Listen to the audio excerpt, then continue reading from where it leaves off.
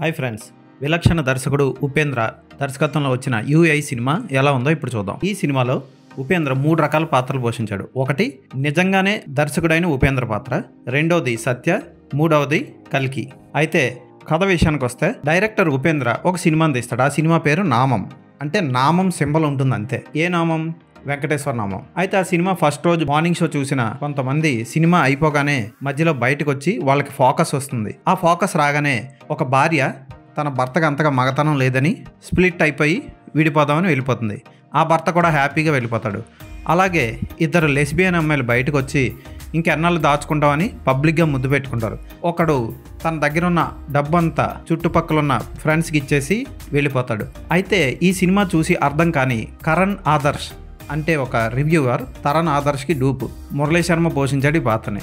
అతను ఆ సినిమా ఎందుకు తీసాడో అర్థం కాక ఉపేంద్ర దగ్గరికి వెళ్ళి రీసెర్చ్ చేద్దామని ఉపేంద్ర ఫ్రెండ్ గెస్ట్ హౌస్కి వెళ్తాడు. ఆ గెస్ట్ హౌస్లో ఉపేంద్ర రాసి సరిగ్గా లేదని కాల్చిపడేసిన స్క్రిప్ట్ని తీసుకొని చదువుతాడు. అందులో సత్య, కల్కి కథ ఉంటుంది. ప్రకృతి మాత బిడ్డలైన ఈ ఇద్దరు ప్రకృతి మాతకి అన్యాయం చేసిన వాళ్ళ మీద ఎలా రియాక్ట్ అయ్యారు అన్నదే ఆ కథ.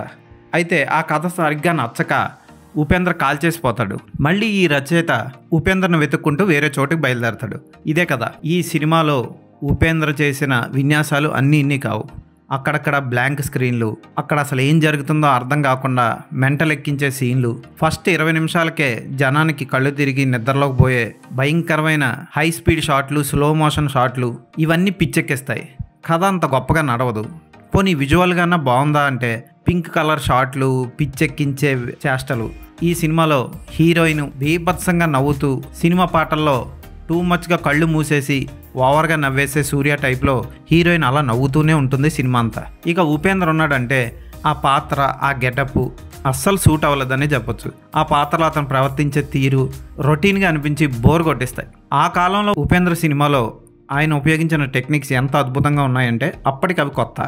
ఇప్పుడు కన్నడ సినిమా దర్శకులే అద్భుతంగా తీస్తున్నారు మంచి డ్రామాని. ఉదాహరణకి నర్దన్ తీసిన మఫ్టీ, ప్రశాంత్ నీల్ తీసిన కేజీఎఫ్. ఇంత బాగా డ్రామాని పండిస్తున్న ఈ రోజుల్లో ఇలా షార్ట్ ఫిల్ముల తరహాలో సందేశాలు ఇస్తూ, మైండ్ పాడు చేస్తూ, పిచ్చెక్కించే చేష్టలు చేస్తూ పిచ్చి పిచ్చిగా తీశాడు ఉపేంద్ర. ఇక ఈ సినిమాలో వామన్ రావు అని ఒక క్యారెక్టర్ ఉంటుంది. ఆ క్యారెక్టర్ని బొమ్మాలి రవిశంకర్ పోషించాడు.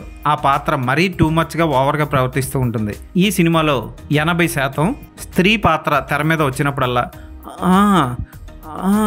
అని ఇలాంటి సౌండ్లు వస్తూ ఉంటాయి. ఇక ఉపేంద్ర కల్కి పాత్ర వచ్చినప్పుడల్లా అదొక రకమైన భయంకరమైన అరుపులు. ఆ అరుపులు ఎలా ఉంటాయంటే మార్టిన్ సినిమాలో హీరో వచ్చినప్పుడల్లా అన్న టైప్లో ఓవర్గా ఒక రకమైన బిల్డప్ వస్తుంది కదా, అలాంటి బిల్డప్ సౌండ్లు వస్తూ ఉంటాయి. ఇక మనకి ట్రైలర్లో రిలీజ్ చేసిన షాట్ అంతా క్లైమాక్స్లో పెట్టేసి ఇష్టం వచ్చినట్టు తీసి సడన్గా యూఐ అని మళ్ళీ మా జనాలందరికీ నామం పెట్టి, ఆ నామంలో మళ్ళీ ఆడవాళ్ళు అసభ్యంగా డ్యాన్సులు వేస్తున్నట్లు పెట్టి సడన్గా రోలింగ్ టైటిల్స్ ఇచ్చేస్తాడు ఉపేంద్ర.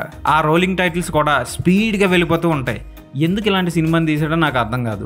ఒక మంచి మెసేజ్ కనపడలేదు ఈ సినిమాలో. పోనీ ఎంటర్టైన్మెంట్ సీన్లు ఉన్నాయంటే అవి లేవు. సైకలాజికల్గా ఇది చాలా బాగుంటుందంటే అస్సలు బాగోలేదు. సైకలాజికల్ కల్కి అన్నాడు, ఇది సైకలాజికల్ బురిడి. ప్రేక్షకుల్ని బురిడి కొట్టించాడు ఉపేంద్ర. అతని పాత్ర అతనికి సూట్ కాగా హీరోయిన్ పాత్ర అతిగా నవ్వుతూ ఓవర్ యాక్షన్ చేస్తూ ఉంటుంది. సాధు కోకిల చిన్న కామెడీ చేద్దామని ట్రై చేసిన ఒక్క సీన్ కూడా పండల.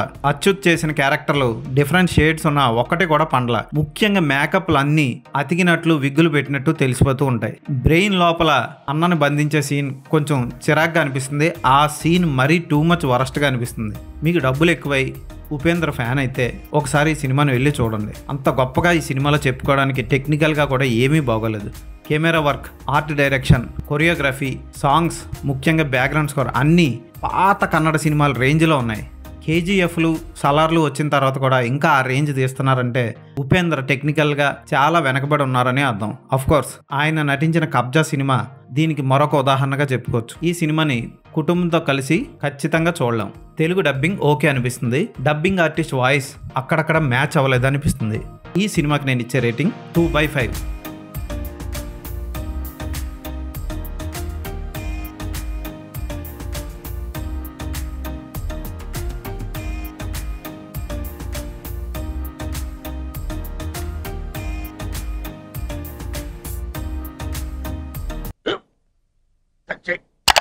స్కూల్ బెంచ్ లాగా ఎంత గట్టిగా ఉందోరా? చూడరా కొట్టు పర్లేదు కొట్టు. బాబాయ్ ఏంటి నువ్వు కొడతావా? కమా బిట్ మీ యార్. వద్దు బాబాయ్. వాడిని నేను కొట్టడం లేదమ్మా, వాడినే నన్ను కొట్టమంటున్నాను. నువ్వేం కంగారు పడక్కర్లేదు. అడుగుతావేంటి?